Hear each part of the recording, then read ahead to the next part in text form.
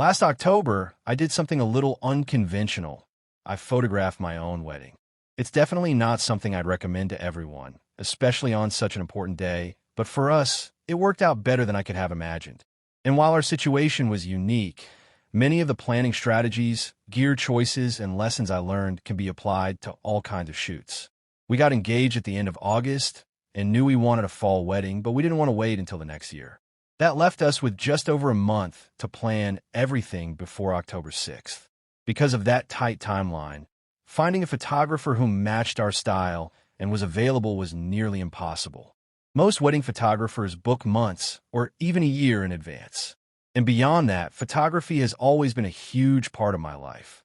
The thought of going through such a meaningful day without documenting it myself just didn't sit right with me. I wanted to capture the images I envisioned in my own way. Of course, shooting an entire wedding by yourself isn't realistic. I couldn't just rely on a tripod and run around all day. That's where my friend Presley came in. She had been learning photography, mostly shooting film, and often came to me with questions. I asked if she'd be willing to help capture the day using my gear, while I guided her and handled the editing afterward. This way, she could focus entirely on composition and capturing the right moments, and I could make sure the final photos looked the way I wanted. Once Presley was on board, the planning began. We wanted a scenic mountain backdrop and a location that felt remote but was still easily accessible, about a half-mile to a mile-and-a-half hike from the road. We considered two locations, Montana, which we knew well, and Ouray, Colorado, which we loved but rarely visited. In the end, we chose Ouray. A newly renovated hotel called the Western made the perfect place to stay for a few days, turning the experience into a mini vacation while giving us easy access to the mountains for the ceremony. Before the trip, I spent hours digitally scouting locations. I used Google Maps, Street View, AllTrails, and Gaia GPS to look for scenic spots near the road and red trail reports about conditions and elevation. It takes practice to visualize how a quick phone snapshot might translate into a professional photo, but I've learned how to identify locations that can look stunning through a proper lens.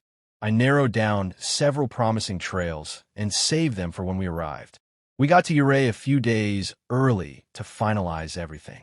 We picked up our marriage license and flowers, then spent time exploring the areas I had pinned. Some spots looked good at first, but lost their dramatic views as we explored further. So we kept searching until we found a perfect hilltop with sweeping scenery. I marked it and a few backup spots on Gaia GPS, so we wouldn't waste time searching on the big day. I also created mood boards and a shot list to guide Presley and help me remember the shots I wanted, since I knew I'd be too focused on the wedding itself to think creatively in the moment. Even if I didn't constantly check the list, writing everything down beforehand helped me remember it naturally when shooting. My original gear plan was to use two Sony A7 IV cameras, one with a 50mm lens and one with a 70 to 200mm, so Presley could easily switch between them. I also had my Fujifilm X100VI with a fixed 35mm lens for wider, more candid shots. I even picked up a small Kodak film camera for nostalgic snapshots. Unfortunately, the day before the wedding, one of my camera bags was stolen, containing around $7,000 worth of gear, including a Sony A7, a 24mm f/1.4 lens, and other accessories. It was a huge setback, but luckily none of that equipment was essential for the wedding. Presley just had to swap lenses on a single Sony body, and I carried the Fujifilm most of the time. If I needed to be in a photo, I'd hand it to someone else to take the shot. Since Presley was still building her experience, I set the Sony camera to aperture priority with a wide aperture for a shallow depth of field and nice background blur. The white balance stayed on daylight, and because Sony RAW files offer a lot of flexibility, I wasn't too worried about slight exposure mistakes. This setup allowed Presley to focus on composition and emotion instead of technical settings. My Fujifilm stayed on auto mode. It's simple enough for anyone to use. For behind-the-scenes video, we brought along a DJI Pocket Osmo III, which Hope, our officiant, used to capture candid moments throughout the day. On the wedding day, Presley had to work solo a couple of times. Once while the bridal party was getting ready, since I couldn't see Amanda yet, and again during the ceremony. After the ceremony, we focused on portraits, which we were most excited about. The timing worked out perfectly, the light kept improving, and we shot right up until sunset. We returned to the truck as it got dark, grabbed takeout barbecue, and celebrated with everyone back at the hotel. Amanda even made our wedding cake herself. She baked it home, froze it, brought it in a cooler, and assembled it on the day. Everything came together beautifully.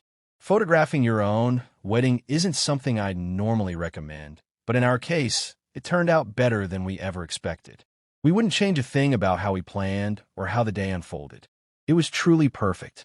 If you enjoyed hearing about how we pulled this off and want to see more behind-the-scenes stories, tips, and insights into how I shoot and edit my work, make sure to like this video, subscribe to the channel, and turn on notifications so you don't miss the next one.